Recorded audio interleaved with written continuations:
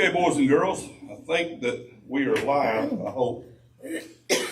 Welcome to Renew Recovery Community. We're glad you are here. We've had a little bit of grub. Anywhere close to Sweetwater and First Baptist Church, come on down. I think we got a little bit of chicken, a little fish left. And so we're happy that you are with us tonight. We're going to have somebody sing. Usually we'll wait to the end, but we're going to have Janet sing here in a minute. But we meet every Monday night, and I want to thank you for being here.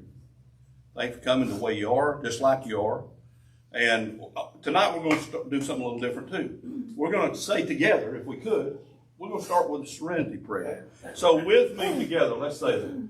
God grant me the serenity to accept the things I cannot change, the courage to change the things I can, and the wisdom to know the difference. Living one day at a time, enjoying one moment at a time, accepting hardships as the pathway to peace, taking as he did this sinful world as it is, not as I would have it, trusting that he will make all things right if I surrender to his will, so that I may be reasonably happy in this life and supremely happy with him forever and ever in the next. Amen. So we're going to say, as I said, we're going to start off with Janet. Those of you who know her, love her, and she's got a beautiful voice. So we're always just blessed when she comes and sings and leads us in singing. And title of this song is Broken Vessels. Who in here are out there? I want to welcome y'all. I didn't welcome you folks online. But who of us has not been or is still not a broken vessel? You know, and through our recovery, maybe we put those pieces back together. That's a lesson, isn't it? Because I saw that one time, and when we take all those shards of brokenness and put it back together, it becomes very, very beautiful. And many times can be even stronger. So come and speak to us here in song.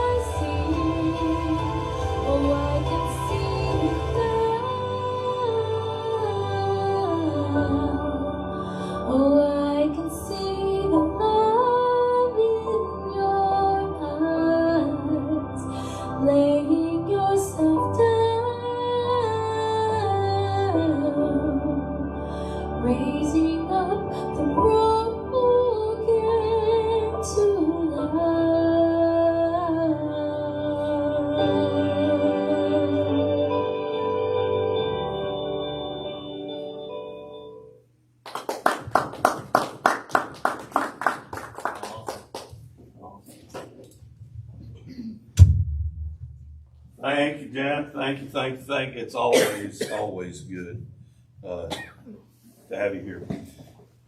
In her book, tonight we're going to talk a little bit about vulnerability. Any y'all ever feel vulnerable? Yeah. I used to think that was a crock, until I started really researching it and studying it, and I went, oh, I guess I have been very vulnerable at times. And I read a book recently by a lady by the name of Brené Brown. And in that book, she describes vulnerability as uncertainty. Well, I'm uncertain a lot, are you? And risk and emotional exposure. And who of us has not exposed our emotions from time to time as we go along in our life, as we walk? We become very vulnerable to things. It's that unstable feeling we get when we step out of our comfort zone. Do you all have a comfort zone that you kind of get in a rut and want to stay there? And this kind of feels good. I'll stay right here. No matter what it's like, no matter where it's at, that's kind of where we stay. It brings on this vulnerability, brings on some feelings of uncertainty, risk, and that emotional exposure. Some people say it can't be measured. So if it can't be measured, it doesn't exist. A lot of people believe that. And I do believe that it's pretty impossible to measure, but I think it does exist, and it affects most of us, this thing called vulnerability. As we go along tonight and we talk a little bit together here, we're going to try to take a moment to understand it as to how, why, and what things make us feel vulnerable. Do you ever wonder, you ever think about how hard that word is to say? Vulnerable. It doesn't just roll off your tongue. So I guess that's why I feel vulnerable saying it. So we're going to look at some words here. And the first thing I want to talk about is I want to talk about connection. And this is kind of the root, I think, the start of why we feel vulnerable. Connection is why we're here. Now, if I'm gonna lay a big word on you tonight, okay? So get your paper out and write this down. Connection gives meaning and purpose to our lives. The ability to feel connected is, here it comes, neurobiologically why we're here. Oh, y'all know what that is, right? I'm like, no, I had to look it up today. Really, it's the essence of why we're here. The anatomy, the brain part, all of it. All of us. Every part of us. That's kind of why we're here. Connection. We strive, we long for, we want to be connected. You know how it is, if you've worked any length of time anywhere, you know how it is when you get an evaluation from your boss? And you're told those 20 things that you do so good, and you do them really well, and then there's that one thing. There's that one thing where he says, well, you have an area of opportunity for growth. We tend to dwell not on the 20 great things, but we focus on that one thing, that one dang thing, where we have that opportunity for growth, where we need growth. Is that where we tend to focus? We focus on the negative, do we? Most of us. Connection is so very important to each of us. And like I said before, we long for it. But it's often not what we get. When we don't feel connected, we are affected. Let me say that again. When we don't feel connected, we are affected in many, many ways. And we act that out in a lot of ways. You may not realize it, but when you You may not realize it, but when you ask people about love, when you ask them about love, they don't talk to you about love. They talk to you about the heartbreak. When you ask people about belonging, they tend to tell you their most excruciating stories about being excluded. Mm-hmm. If you want to talk about growth and success, they tend to tell you about their failures. And when you ask people about connection, you hear stories about how they felt very disconnected. As we study this thing called connection and disconnection, there's this unnamed thing that we have to unravel, that we have to unwrap and think about as we talk about and think about and wonder about connection. And I would suggest that one thing is shame and fear. That plays a lot into our connection. So let's take that first one here a little bit. Let's take shame. It's really to understand, really easy to understand. It is a fear of disconnection. Now, this stuff tonight's pretty deep, okay? So for those of you watching, you're going to have to go back and look on this, because as I read it, I'm like, I need to read that again. I'm kind of a slow learner. I have to read that again. But shame is really easy to understand. We're so afraid of being disconnected, being away from people. Now, a lot of you are saying, no, not me, because I don't want to be around people. I want to isolate so they don't find out what I'm doing. Yeah, that's easy to say, but that's really not true, because we all want to be. How many times have you said this? I don't care what people think. I don't care what you think. Well, that's a lie. Because we really do. We really do care what people think. See, this feeling of, I won't be worthy of connection. And if you ever felt like that, you're not alone. This is a pretty universal feeling. We all have felt that way. Some of us feel it more than others. The only people that don't fear disconnection, or those that don't experience shame, are those who have no capacity for empathy or to be connected with anyone. There are those that are like that. And that's sad when they are like that. No one wants to really talk about this connection thing. And the less you talk about it, here's a little gem for you. The less you talk about this, the more you have it. When you won't talk about being connected or being disconnected, is the more you're going to have it. We have to be able to start to learn to talk. The thing that underpins this idea, this thing called shame, that feeling of, have you ever had that, I'm not good enough, is vulnerability. That's what underpins it. The idea of, of connection to happen, we have to allow ourselves. We have to allow ourselves from time to time to be seen, to be heard, to have a voice. I mean, really seen. I mean, like, let people see the real you. Because we play act a lot. And we present what we think others want to see instead of what's really inside us. And sometimes that's hard. I'm not saying it's easy, because there's a whole lot of hurt going on inside, and we don't really want someone, unless we really trust them, we don't want them to see what all is in turmoil inside us. We all know that feeling. You ever had that feeling?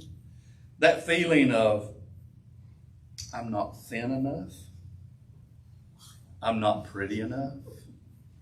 I'm not smart enough. I'm not fast enough. I'm not blank enough. You fill in the blank. You get where I'm going? I'm not. Whatever. These are the kind of thoughts that make us vulnerable. Vulnerable. See, it's hard. I hate being vulnerable, don't you? So what do?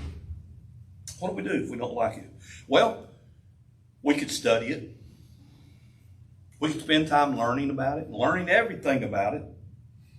And then we could take a big stick out and beat it upside the head. And as you might guess, I tried that and that don't work. It didn't end well. I can tell you I know a lot about shame. I know a lot about shame. And I'm certain that everybody here also knows a lot about shame. But here's what it boils down to about shame. It comes down to a sense of worthiness. It comes down to a strong sense of love and belonging. There are many of us that struggle with that, a sense of love and belonging. There are so many of us that are always wondering, are we good enough? Are we good enough? There's one variable that separates the people that have a strong sense of love and belonging and those that struggle with it. And the thing that separates the two is those that have that strong sense of belonging and love, they believe that they are worthy. See, and it's really hard to know. How do you flip that switch to go from a feeling of unworthy to feeling I am worthy? And when we are able to do that, it's magic. Suddenly we feel love. We feel like we belong. For me, the hard part of the thing that keeps us out of a connection is the fear that we will never make a connection because we're not worth a connection with anybody. But here's what I want to tell you tonight. This is what you need to hear. This is what you need to know. And this is what I want you to know. You are worthy of love. You are worthy of belonging. You are worthy. You are worthy. If we took all the people, put them together, that had that feeling of worthiness, there's some commonalities within those people. First, they'd have a sense of courage. Courage. It takes courage, guys, to do some of the things we've already talked about. To be ourselves, to show the real us. It takes courage to stand up and go, I am worthy. When you've had that feeling your whole life that you aren't worthy of anybody's love, of anybody's affection.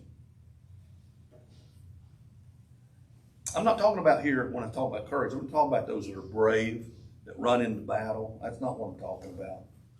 There's a difference.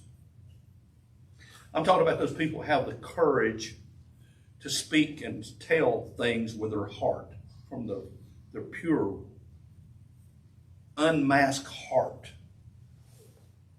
I'm talking about those people who have the courage to be imperfect.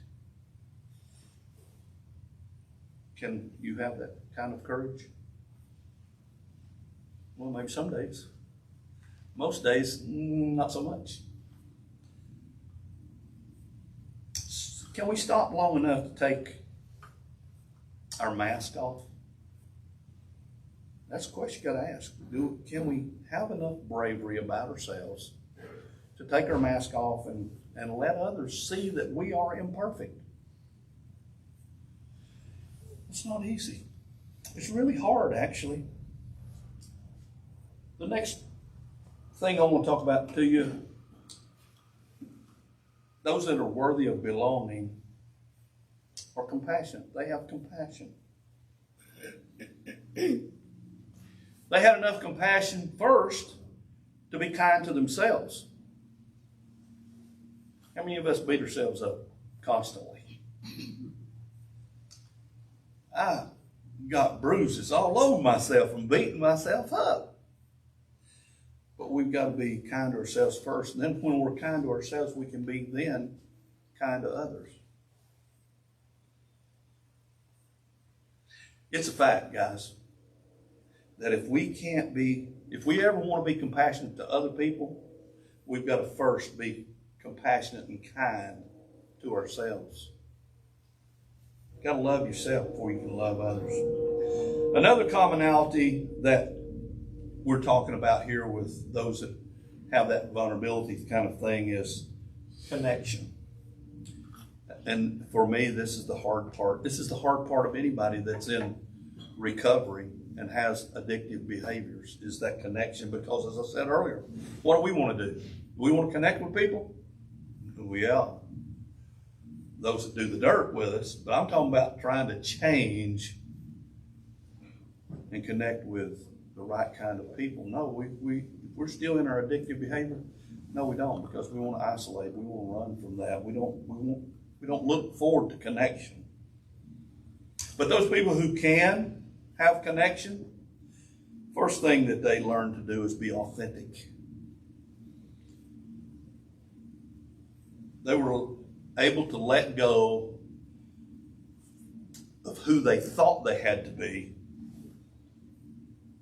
in order to embrace their real identity as to who they really were. We've absolutely got to do that if we're going to make a connection with others.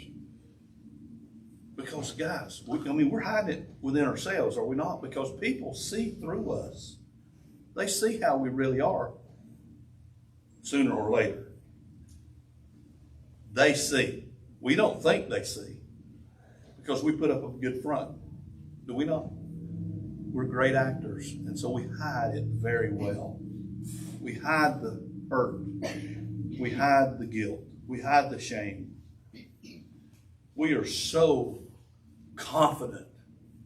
We're really not. We're crumbling inside, and we know that. The other thing that they had, these kind of people that fully embraced vulnerability, they understood and believed that what made them vulnerable also made them beautiful.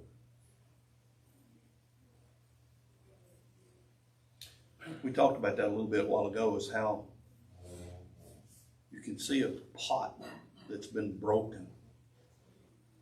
And if you put a pot that's not been broken beside all these other pots, they look just the same.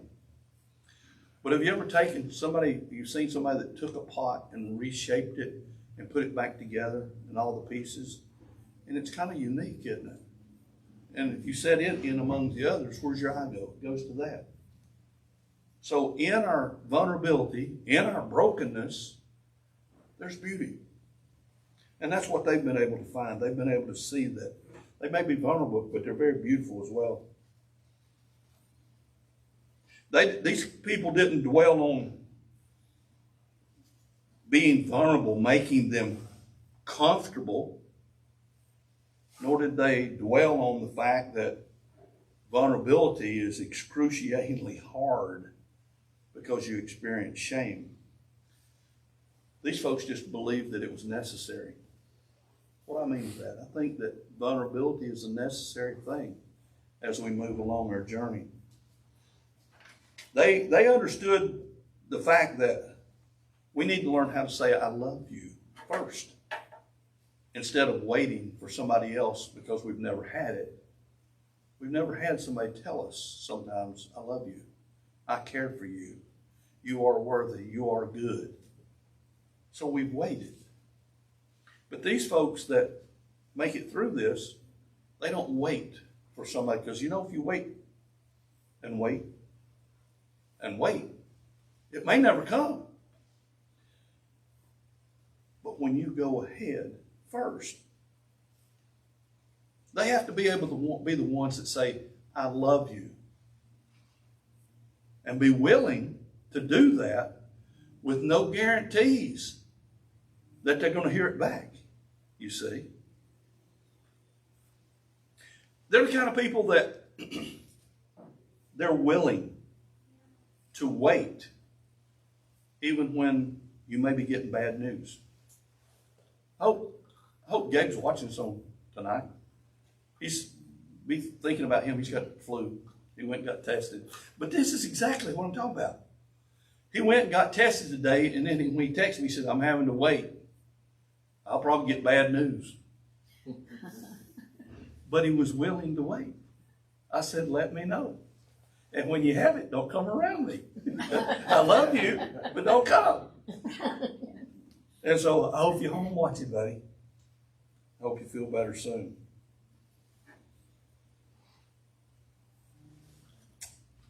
Vulnerability.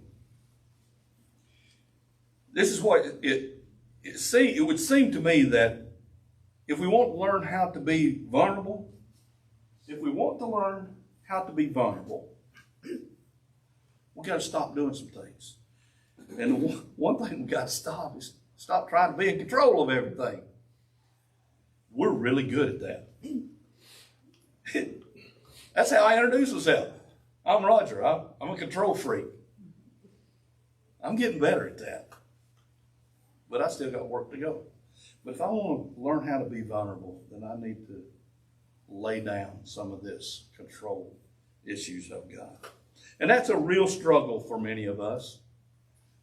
I'm probably not the only one here or that's watching that has control issues. Because we try to control most everything. Even though we've got to understand that vulnerability is the core to shame and fear or our struggle for worthiness,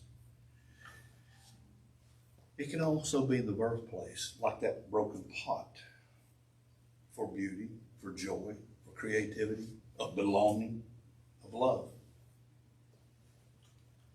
Here's the problem for us.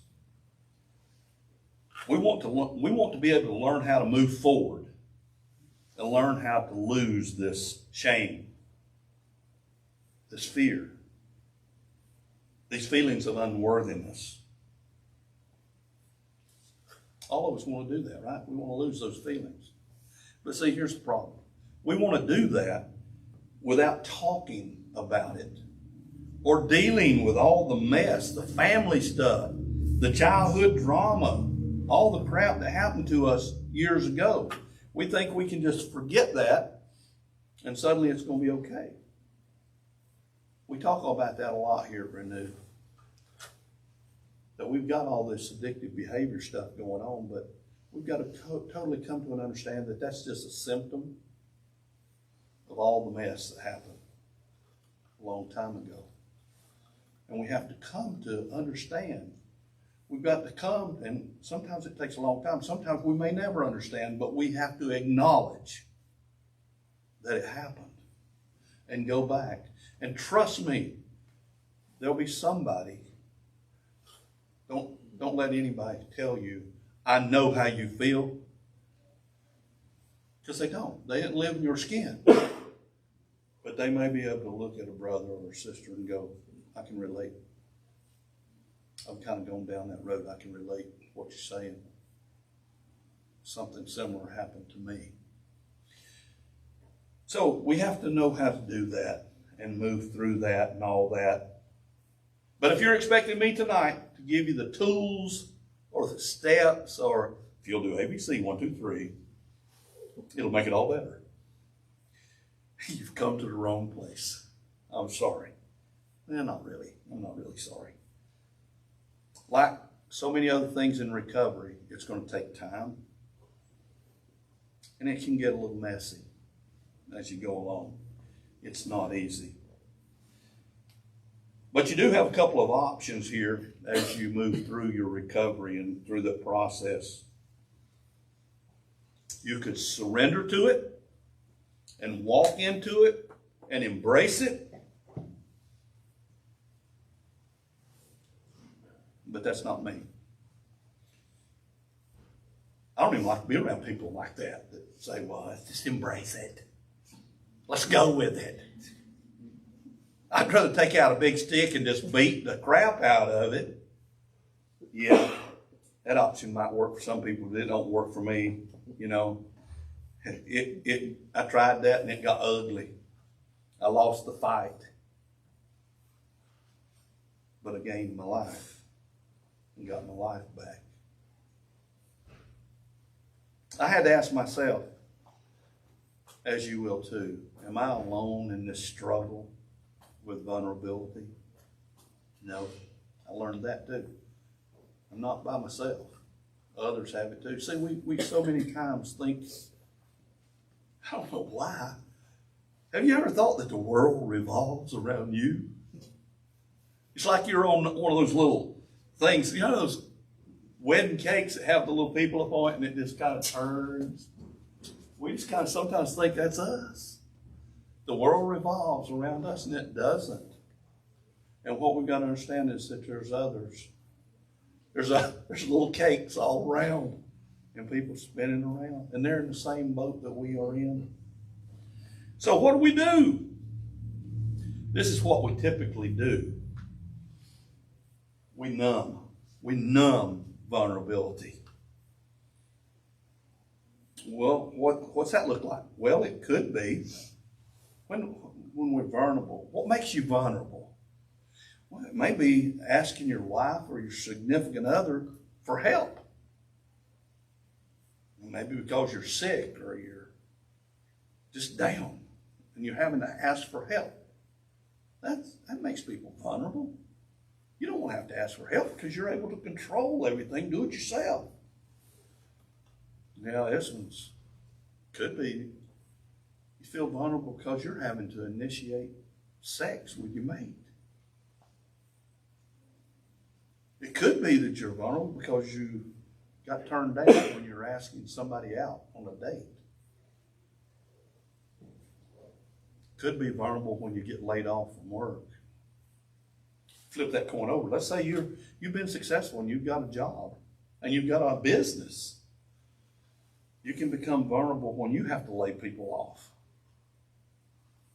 Or you may be vulnerable when you're having to hold a dear friend accountable. This is the world we live in, folks. We live in a vulnerable world. So one of the ways we live in that world is we numb it. Do you realize that we're the most in debt, the most obese, quit looking at me when I say that word, addicted and medicated people in the history of the United States? Here's the problem with numbing it. You can't numb things selectively. When you numb it all. You can't just numb down the fear and the shame, the grief, the disappointment.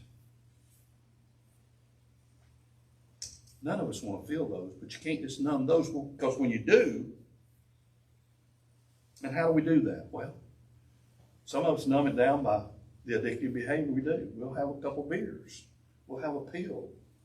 We'll eat a big muffin loaded on top with a half a gallon of Haagen-Dazs ice cream. Well, that's a lie because I don't do that because I like Mayfields instead. And I eat it till I'm sick because I've become lactose intolerant. So I can't even do that. I can't numb it by ice cream anymore. But here's the problem. When we numb down those feelings, those negative feelings, we also numb down the other emotions. We numb down joy, and we numb down gratitude, and we numb down happiness. We numb down everything. We can't selectively numb down. Now think about that for a second. Those of us who have been on that roller coaster ride of life with our addictive behaviors. That's why it's so scary when you become clean. Those of us who have been down that road, I mean, I laugh with you. I don't laugh at you, but about a month in, and you're clean, I watch you getting scared the bejesus out of you. And when I talk to you, I go, what's wrong? feel stuff. I'm feeling again. And I don't like it because it's scary. Because that's not where we've been. We've been numbing down. So we have to ask ourselves, well, why is it that we numb? Another thing that we do is that the uncertain becomes certain for us. What do I mean by that? Let's take religion as an example. Do we ever get to the point where, at one point, we've taken religion from a belief in faith and mystery to a certainty. We feel we're right and everybody else is wrong. If they have an opinion, we say, shut up. This is the way it is. We'll take it even further. We think we're right and nobody else. We'll take one church where we go and we'll go, no, those people over there, now they don't. And we'll make fun of them because they don't believe the way we do. Got news for you guys. It's not about the church. It's not about the building. It's not about your smoke and mirrors. It's about a unique relationship with you and our Father. That's what it's about. Sometimes we perfect. You ever been guilty of that? You know how stupid we've become? We want to be perfect. I was just researching Facebook today. But when these ads popped up for this place where they do all that process, the micro needling and they had a list this long of stuff they do. It popped up because I saw a girl that I knew from years ago that worked there. I'm going, what's she doing? And they have estheticians and nurse practitioners and all these people that do that Botox and all. There's all kinds of things. Do you realize how stupid we are? There are people who take fat out of their butt and put it in their cheeks to make them look full. I could supply the whole east side of the United States if I could find a way to make a profit on that. But that's how goofy we are because we want to be perfect. We try to make children perfect. Now, I can speak to that because I have children, I have grandchildren, and I've been a teacher. And we want to expect them to be perfect. But guess what? They weren't. Jay, it wasn't but a minute till you was a baby. And as a baby, you're wired to struggle. And they are too. But even though they struggle, I'm putting you with the babies, even though you struggle, you're worthy of love and you're worthy of belonging. You are worthy of love and belonging. Do you believe that? Say that with me. I am enough. Say it again. I am enough. One more time. I am enough. The other thing we do is we pretend. We pretend. We're a lot like these furry friends up here on the top of the page. We try to hide from the truth. How do we hide? I don't see it. I didn't hear it.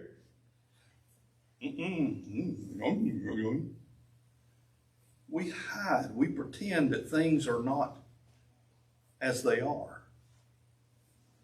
This is about everything else, but it's about us too. Back to, we need to learn to be real. We need to learn to be authentic. We've got to be ourselves, the real us. We've got to be able to let ourselves be seen, deeply seen, vulnerably seen. We need to let people see our heart, our real heart, even when there's no guarantees of what they're going to see or what they're going to say or what they're going to think. That was hard. As a parent, I can tell you that one's hard. We got to learn to practice gratitude, even in those moments of fear. We got to practice gratitude. We got to stop wondering, am I good enough to be loved? Can we stop for a moment and be grateful for the things we do have? We dwell so much on what we don't have than what we do have. Maybe we should lift up thanks for the things we do have. I've kind of stop. When do we pray? Well, when I need something. And that's kind of, you ever noticed how we pray sometimes? Give me, give me, give me, give me, give me, give me, give me. And I've kind of stopped doing that. Do I still ask for things? Absolutely. He tells us to ask and believe, and he will give it to us. But I try to start my prayers now a little differently. Instead of, well, here I'm coming again, and you know what I need, but I'm going to tell you anyway, just in case you forgot. I usually start by thanking him for what I do have. All of it. Even the hard stuff. Because the hard stuff is what I've learned. My hard lessons have been my best lessons. Did I get it the first time around? Wish I could say yes, but no. A lot of times I make the same mistakes over and over. Eventually it'll get through this thing. I think it's because I've taken so much fat out and put it up here that it didn't get through the first time. That's a joke, I didn't. If I could change that, I'd take all the hair from some of the places and put it on my head. Maybe I'll see if they've got that as a part of the program. But here's the deal. We are enough. When we get to a place where we know and we believe, really believe that we are enough, we're going to stop all this screaming and whining and crying. We're going to stop making excuses. We're going to stop numbing. And we'll start listening. We'll really start listening. We'll learn to be quiet and listen and hear. We'll learn to quit talking, start watching, and learning from what we see. We talk a lot about that still small voice. People say, I didn't hear, I just haven't heard anything from God. Have we been quiet enough, long enough to listen? A lot of times not. So I want to leave you with this tonight. I want to try to leave you some scriptures. So, if you want people to treat us differently, if we want to treat us people to treat us differently, then we've got to do this, what it says in Mark 12:31. Love your neighbor as yourself. If you want people to treat you a certain way, then maybe you ought to treat them a little kinder, a little gentler. And then maybe it'll come back to you in spades. If we want to feel better about our bodies, and I'm not tearing down what do they call it? Estheticians. I'm not saying anything bad about them. I think if they can do something with this, then that would be great. But I really don't need it. I worked really hard a lot of years to get like this. And it's really hard to get something this perfect on top of my head where I got all that hair off of it. But if you want to feel better about your bodies, then we've got to realize that we've got to do what it says in 1 Corinthians 6, verses 19 and 20. And it says this, do you not know that your bodies are temples of the Holy Spirit, who is in you? The Holy Spirit is in you, in each one of us, whom you have received from God. That's where the Holy Spirit came from God. You are not your own. You were bought at a price. Therefore, honor God with your bodies. We don't honor ourselves by the things we do with our bodies. So how can we even think that we're honoring God with some of the things we do?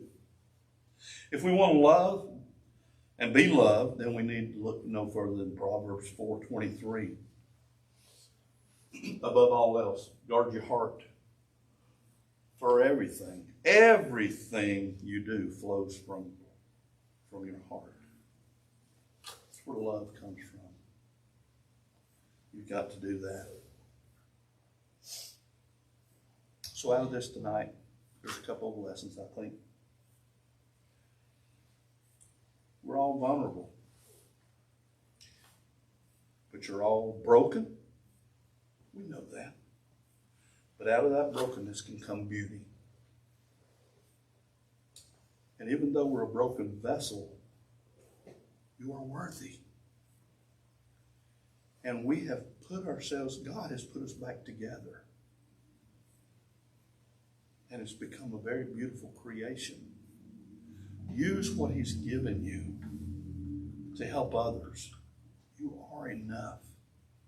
I want to thank y'all for being with me tonight and hanging in here with. Thanks for coming. I hope you'll come back. Be with us again. If you heard something tonight that spoke to you, like and share our page. I want to thank you guys for watching online. Every week we have a ton of people. I'm talking about hundreds of people that watch from all over the country. I am amazed every week when I go back. I don't care about the numbers, but God constantly blesses us because I know He's blessing us with you and with you. And I know He's touching people all over this country by the words He says through us. It's not anything we know or anything we do except being obedient and submissive to His call. So as we speak and you hear something that touched you, it probably touched somebody else. So we would ask you to like our page and to share it.